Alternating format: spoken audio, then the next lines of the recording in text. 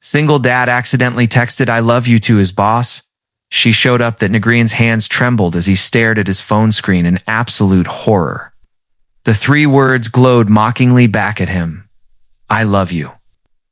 Message itself, it was who he'd sent it to. It's not his 5-year-old daughter, Emma. Not his mom.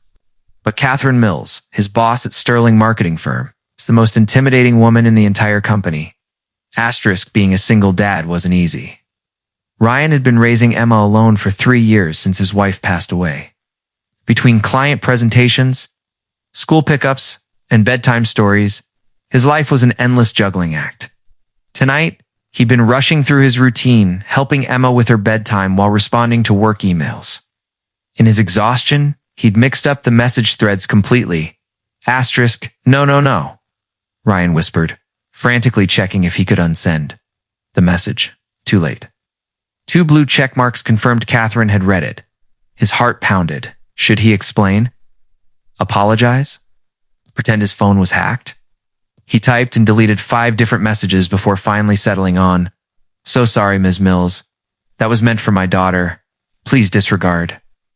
Asterisk 3 dots appeared, then disappeared, then appeared again. Ryan felt like he might pass out.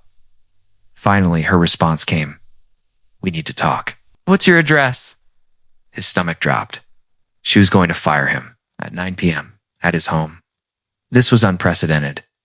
With shaking fingers, he sent his address and spent the next 15 minutes stress cleaning his living room while Emma slept peacefully upstairs. Asterisk.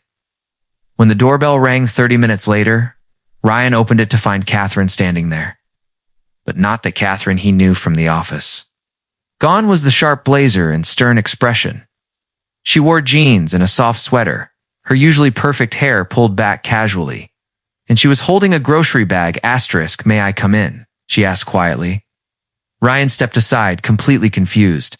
Catherine walked to his kitchen and started unpacking the bag ingredients for hot chocolate and cookies. "I need to tell you something," she began, her voice softer than he'd ever heard it. "I received your text tonight, and it reminded me of someone important." She paused, her eyes glistening. "My dad." Asterisk. Catherine sat at his kitchen table and revealed a story Ryan never expected. She'd lost her father 2 years ago, single dad, who'd raised her alone after her mother left. "He used to text me 'I love you' every single night," she said, wiping her eyes. "When I saw your message tonight meant for Emma, it hit me how much I missed that. It's how much I've been burying myself in work to avoid the pain." Asterisk. Ryan sat across from her, seeing his intimidating boss as a real person for the first time. He shared his own story, the late nights, the guilt of never being enough, the fear of failing Emma.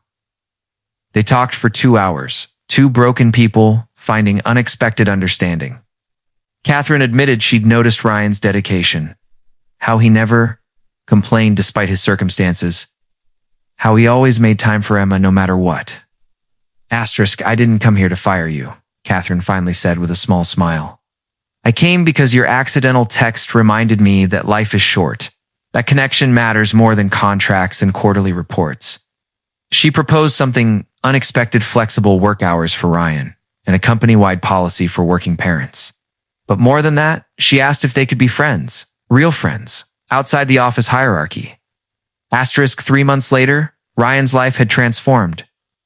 The flexible schedule meant more breakfasts with Emma, more bedtime stories. Catherine had become a regular presence in their lives, not as his boss, but as someone who understood. They'd grab coffee, share parenting stories. She'd started mentoring young professionals, channeling her father's memory, and slowly, carefully, something deeper began to grow.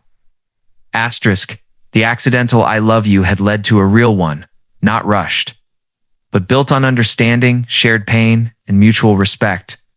On the night Ryan finally sent Catherine an intentional "I love you" text, she showed up again. This time with Emma's favorite ice cream and a text back that read, "I love you too. Both of you." Asterisk. Sometimes the worst mistakes lead to the best outcomes. Sometimes vulnerability opens doors we didn't know existed.